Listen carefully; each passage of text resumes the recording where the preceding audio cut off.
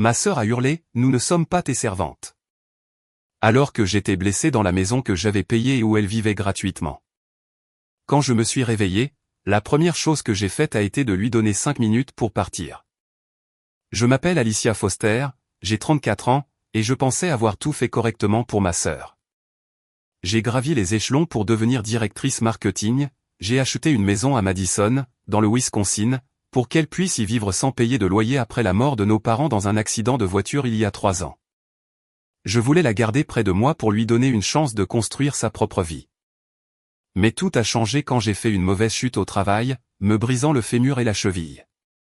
J'étais cloué au lit, à peine capable de bouger, dépendant de ma sœur pour les choses les plus simples, prendre un verre d'eau, ramasser mon téléphone. Elle était tout ce que j'avais, vivant dans la maison que j'avais payée.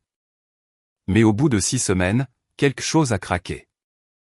J'ai renversé mon café et elle a explosé, hurlant « Nous ne sommes pas tes servantes ». Ces mots m'ont frappé comme une gifle, brut et venimeux, comme si elle les avait retenus depuis toujours. Je suis resté là, choqué, ma jambe lancinante, fixant la sœur à qui j'avais tout donné. La trahison était plus profonde que la douleur dans mes os. Je n'en pouvais plus. Son ressentiment, son ingratitude. Alors, je l'ai regardé droit dans les yeux et je lui ai donné 5 minutes pour faire ses valises et partir. Que s'est-il passé ensuite? C'est une histoire de loyauté, de confiance mise à l'épreuve, brisée, et d'un choix qui a tout changé. Restez pour voir jusqu'où je suis allé pour reprendre ma vie en main. Si vous vous êtes déjà senti trahi par quelqu'un en qui vous aviez confiance, laissez un commentaire ci-dessous. Partagez votre histoire avec moi. Appuyez sur le bouton j'aime si vous voulez voir comment cela se termine. En grandissant à Madison, dans le Wisconsin, notre famille ressemblait à une image parfaite. Mon père, Robert Foster, était mon plus grand supporter. Il s'asseyait avec moi après l'école pour m'aider avec mes devoirs de mathématiques, me disant que je pouvais être n'importe quoi, médecin, avocate, même présidente directrice générale. « Tu as l'intelligence pour ça, Alicia, disait-il, les yeux brillants de conviction. Ma sœur, de 6 ans ma cadette, recevait les mêmes encouragements. Papa la prenait dans ses bras, lui disant qu'elle changerait le monde un jour. Il ne voyait aucune limite pour aucune de nous deux. Mais ma mère, Patricia Foster, avait une approche différente. Elle nous comparait constamment, me montant contre ma sœur. « Pourquoi ne peux-tu pas être plus comme Alicia ?» lançait-elle sèchement quand Brooke avait des difficultés avec ses notes. Ou elle se tournait vers moi. « Ta sœur est si créative. Tu es trop sérieuse. » C'était blessant, mais je n'y prêtais pas attention, déterminé à faire mes preuves. Ces comparaisons ont semé les graines de la tension, même si je ne le voyais pas à l'époque. Papa était professeur au lycée, maman guichetière à la banque. Nous n'étions pas riches, mais nous avions une vie confortable dans notre modeste maison à 2 étages. Je passais mes soirées à aider Brooke avec son orthographe, essayant d'être la grande sœur qu'elle pourrait admirer. Elle gloussait, ses couettes rebondissant, et j'avais l'impression de faire quelque chose de bien. Mais les mots de maman persistaient, donnant à Brooke le sentiment de ne jamais être à la hauteur. Je pense que c'est là que tout a commencé, le ressentiment que je ne comprendrai que des années plus tard. Quand j'ai eu 31 ans, tout a basculé. Un conducteur ivre a emporté mes 2 parents dans un seul accident dévastateur. J'ai reçu l'appel tard dans la nuit, mes mains tremblant en écoutant la voix du policier. Brooke avait 25 ans, elle débutait à peine, travaillant à temps partiel dans un magasin de vêtements. Elle était anéantie, à peine capable de sortir du lit pendant des semaines. J'ai pris les choses en main, non seulement comme sa sœur, mais comme celle qui devait tenir bon. J'avais déjà construit une solide carrière de directrice marketing dans une entreprise de mode à Madison. Mon salaire était bon, à 6 chiffres, et je voulais offrir de la stabilité à Brooke. Alors, j'ai acheté une maison de 3 chambres en banlieue pour que nous la partagions. Cela m'a coûté $100 000 d'acompte, avec un prêt hypothécaire que je pouvais gérer. La maison était moderne, avec assez d'espace pour que Brooke ait sa propre chambre, une chambre d'amis pour les amis, et un bureau confortable pour moi. Je lui ai dit qu'elle pouvait y vivre, sans loyer, sans condition, pour l'aider à se remettre sur pied. Brooke a emménagé, reconnaissante au début. Elle me serrait dans ses bras, promettant de se rattraper un jour. Je l'ai cru. Je pensais que nous formions une équipe, en train de nous reconstruire après avoir perdu maman et papa. Mon travail me tenait occupé. De longues heures, des réunions avec des clients, des délais de campagne, mais je m'assurais que Brooke avait tout ce dont elle avait besoin. Son travail dans le commerce de détail couvrait à peine ses factures, alors je payais les charges, les courses, même son forfait téléphonique. Concentre-toi sur la recherche de ta voix, lui disais-je, faisant écho aux encouragements de papa. Elle hochait la tête, mais parfois je surprenais une lueur dans ses yeux. De l'envie peut-être, ou de la frustration. Je l'ignorais, mettant cela sur le compte du deuil. Avec le recul, j'aurais dû y prêter plus d'attention. Les comparaisons de maman avaient laissé des cicatrices, et Brooke les portait d'une manière que je ne pouvais pas voir. Je pensais que lui donner un foyer nous rapprocherait, comme papa l'avait toujours voulu. Mais ces premières tensions, celles que j'avais ignorées enfant, bouillonnaient sous la surface, attendant d'exploser. J'ai continué à travailler, à payer, à espérer que Brooke trouverait son chemin. Je ne savais pas à quel point je me trompais sur elle, ni combien j'avais sacrifié pour quelqu'un qui se retournerait contre moi au moment où j'aurais le plus besoin d'elle. Tout s'est effondré un mardi après-midi au bureau de l'entreprise. Je descendais les escaliers en courant pour une réunion avec un client, mes talons claquants, mon esprit absorbé par la présentation de la prochaine campagne. Je ne sais pas ce qui s'est passé. Une marche instable, un moment de distraction, mais mon pied a glissé et j'ai dégringolé, mon corps heurtant violemment la rampe en métal. Une douleur a traversé ma jambe comme un éclair de feu.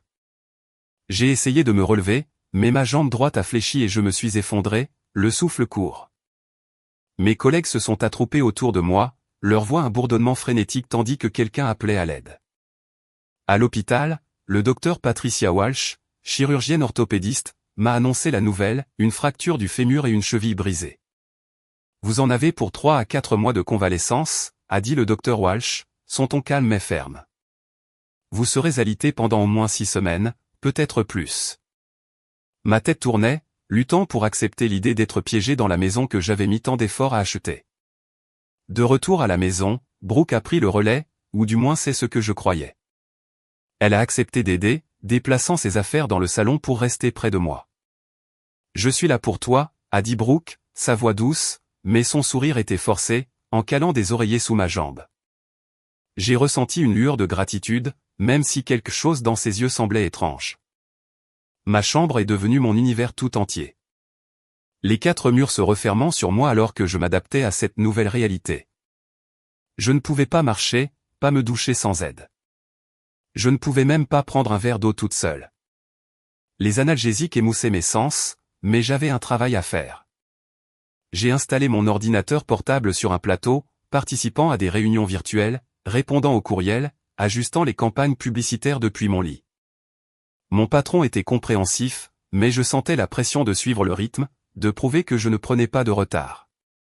Brooke était là tous les jours, apportant les repas, changeant ma position, ramassant mon téléphone quand il glissait du lit. Mais dès la 2e semaine, j'ai remarqué un changement. Les soupirs de Brooke se faisaient plus lourds quand je demandais de l'aide. Ses mouvements étaient brusques, comme si elle était agacée. « Peux-tu me passer mon chargeur ?» demandai-je, et Brooke levait les yeux au ciel avant de s'éloigner. Une fois, quand j'ai renversé de l'eau sur les draps, Brooke a lancé sèchement, « Tu dois faire plus attention. » Ces mots n'étaient pas cruels, pas encore. Mais ils avaient un ton que je n'avais pas prévu. Je me suis dit qu'elle était stressée, jonglant entre son travail dans le commerce de détail et le fait de s'occuper de moi. Je ne voulais pas paraître ingrate. Pas après avoir payé pour la maison, les charges, tout pour maintenir Brooke à flot. Mais la tension était là, comme une fissure dans un barrage qui s'élargissait chaque jour. J'ai continué à tenir bon, me plongeant dans le travail pour échapper à la douleur et à l'attitude de Brooke. Tard un soir, pendant un appel avec un client, j'ai entendu Brooke au téléphone dans la pièce voisine, sa voix basse mais tranchante. « C'est épuisant de tout faire pour elle, » a dit Brooke. Mon cœur s'est serré, mes doigts se sont figés sur le clavier. Étais-je déjà un fardeau? J'ai essayé de ne pas y penser, me disant que Brooke se défoulait simplement après une journée difficile. Mais au fond de moi, je savais que quelque chose n'allait pas. La sœur à qui j'avais tout donné s'éloignait, et j'étais trop faible pour y faire face. Tout ce que je pouvais faire, c'était rester là, piégé dans mon propre corps, en espérant que les choses s'amélioreraient. dès la 3e semaine, j'ai remarqué que Brooke avait changé. Les petits gestes d'attention, comme m'apporter mes repas ou ajuster mes oreillers, commençaient à lui peser. Sa patience, déjà mince, s'est complètement effilochée. Quand je demandais un verre d'eau, Brooke soupirait, les lèvres pincées en se détournant. « Je ne suis pas ta bonne », a-t-elle marmonné une fois, à peine assez fort pour que je l'entende, en posant une bouteille sur la table de chevet avec un bruit sourd.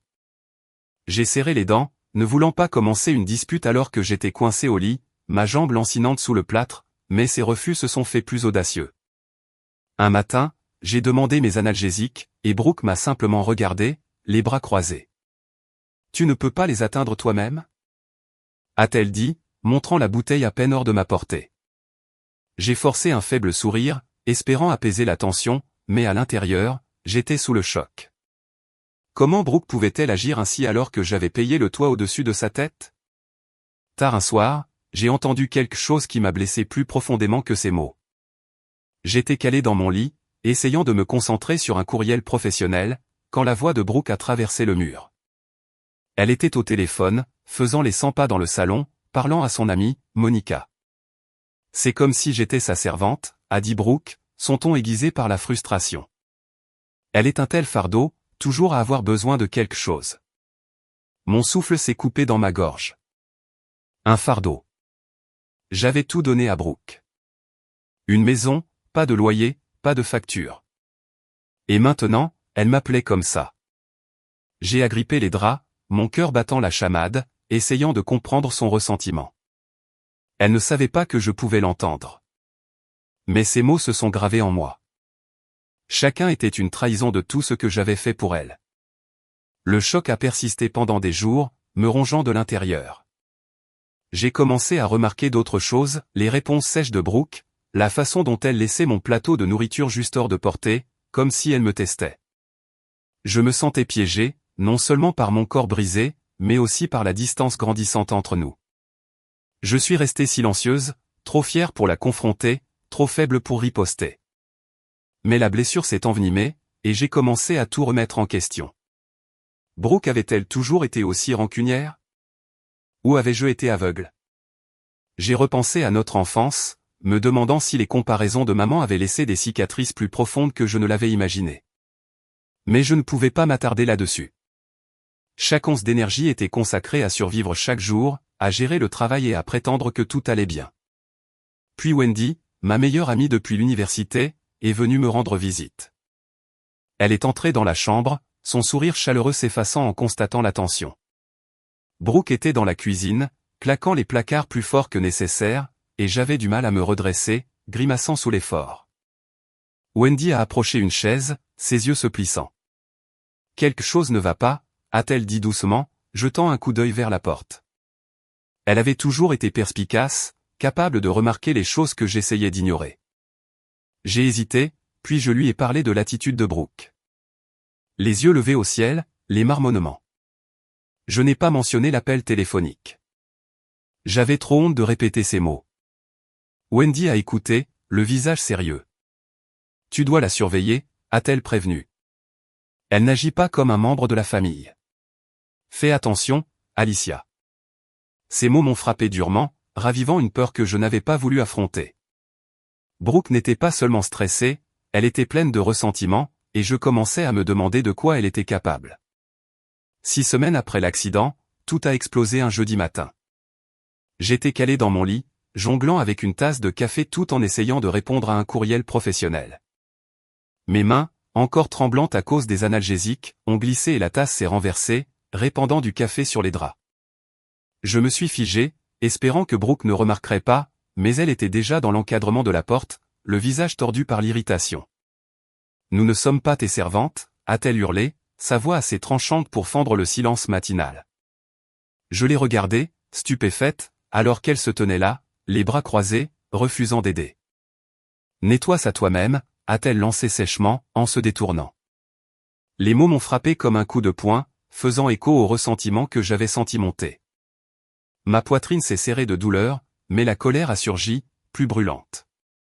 J'avais donné un foyer à Brooke, payé toutes les factures, et maintenant elle ne pouvait même pas prendre une serviette. Je ne pouvais plus me retenir. « Tu as 5 minutes pour faire tes valises et partir, ai-je dit, ma voix basse mais ferme malgré la douleur qui pulsait dans ma jambe. Brooke s'est retourné, les yeux écarquillés de choc. Qu'est-ce que tu as dit? A-t-elle exigé, en se rapprochant.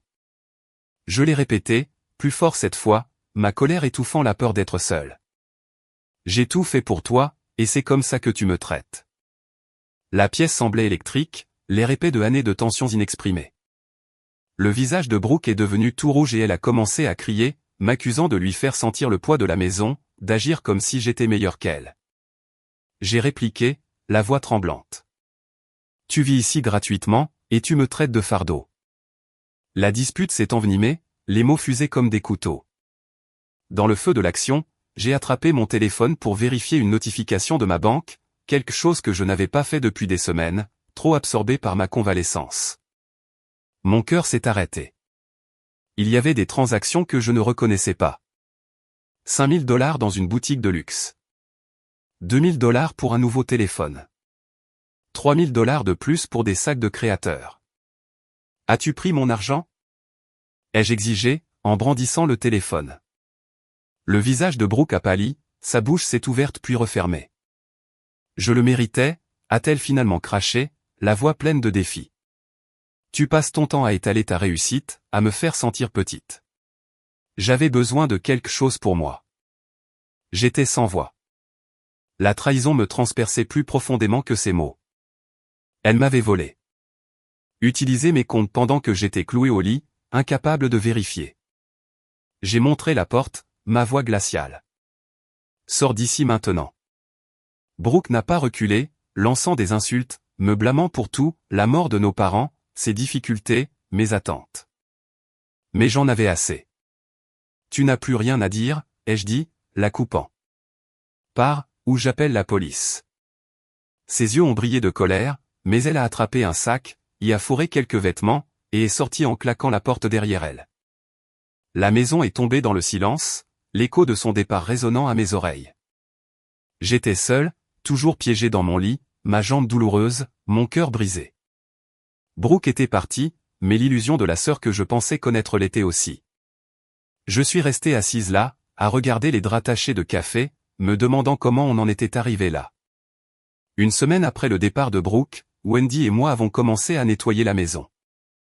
J'étais toujours alité, mais Wendy a insisté pour aider, déplaçant des boîtes dans le salon pendant que je la dirigeais depuis mon fauteuil roulant.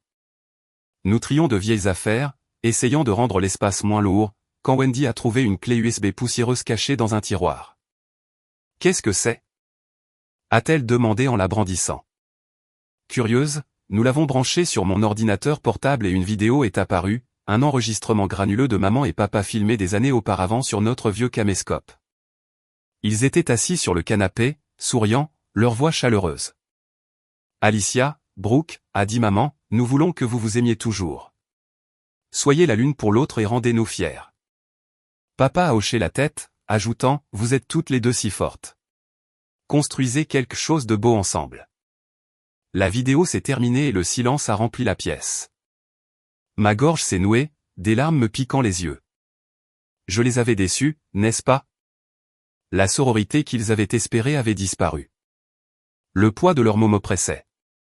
Je n'arrêtais pas de rejouer la vidéo dans ma tête, entendant la voix de maman, voyant le sourire de papa. Avais-je été trop dur en chassant Brooke? Une partie de moi se demandait si je ne l'avais pas poussé trop loin, si ma colère n'avait pas été cruelle. Mais une autre partie me murmurait que c'était peut-être ce dont Brooke avait besoin, un électrochoc pour faire face à ses actes, pour grandir. Peut-être que rompre les ponts avec elle était le seul moyen de nous libérer toutes les deux. Pourtant, la culpabilité me rongeait, se mêlant à la douleur de la trahison de Brooke. Je lui avais tout donné, une maison, de la stabilité, et elle m'avait volé. Avais-je tort d'espérer qu'elle changerait? Ou était-ce la rupture finale dont nous avions toutes les deux besoin? Je n'avais pas de réponse, seulement des questions qui me tenaient éveillé la nuit. Déterminé à comprendre toute l'étendue des agissements de Brooke, j'ai examiné plus attentivement mes comptes bancaires. Je n'avais fait qu'entrevoir les transactions pendant notre dispute. Mais maintenant, avec l'aide de Wendy, j'ai sorti tous les relevés. Les chiffres ont confirmé mes pires craintes. Brooke avait viré 10 000 $ pour couvrir ses dettes de carte de crédit, accumulés lors d'achats de luxe, vêtements de créateurs, bijoux, même un week-end au spa. J'ai regardé l'écran, les mains tremblantes. Elle n'avait pas seulement pris mon argent. Elle l'avait utilisé pour vivre une vie que je finançais, tout en me traitant de fardeau dans mon dos. Wendy m'a serré l'épaule, sa voix douce mais ferme. Tu ne méritais pas ça, a-t-elle dit. Elle a fait ses choix. Ces mots m'ont aidé, mais la morsure de la trahison persistait, plus vive que la douleur dans ma jambe. C'est là que j'ai su que j'avais besoin d'aide pour digérer tout ça. Wendy m'a recommandé un thérapeute, le docteur Daniel Carter, spécialisé dans les traumatismes familiaux. J'ai réservé une séance virtuelle, nerveuse mais désespérée de démêler le chaos de mes émotions, la culpabilité d'avoir déçu maman et papa, la colère contre Brooke, la douleur de son vol. Le docteur Carter a écouté pendant que je déversais mon histoire, sa présence calme rassurant. Vous portez beaucoup de choses, a-t-il dit, sa voix posée. Il est normal de se sentir coupable, mais vous n'avez pas brisé ce lien toute seule. Les actions de Brooke ont des conséquences. Il m'a suggéré de tenir un journal pour mettre de l'ordre dans mes pensées, pour reconstruire mon estime de moi. J'ai quitté la séance en me sentant plus légère, pas guérie, mais pleine d'espoir. Brooke était partie, et la vérité était révélée. Maintenant, je devais découvrir qui j'étais sans son ombre. J'ai décidé d'agir juste après avoir découvert la vérité. La trahison de Brooke, volant $10 000 sur mon compte, ne pouvait pas rester sans réponse. J'ai contacté ma banque, les mains tremblantes en expliquant les transactions non autorisées. La représentante a été minutieuse, retrouvant les registres des virements vers la carte de crédit de Brooke pour des achats de luxe. Nous allons déposer une déclaration de fraude, a-t-elle dit, sa voix professionnelle mais empathique. Cela pourrait avoir un impact significatif sur son crédit. J'ai hésité. Une lueur de culpabilité a refait surface, les visages de maman et papa de la vidéo me revenant en mémoire. Leur supplique pour que nous restions unis. Mais Brooke avait franchi une ligne. J'ai hoché la tête, donnant le feu vert.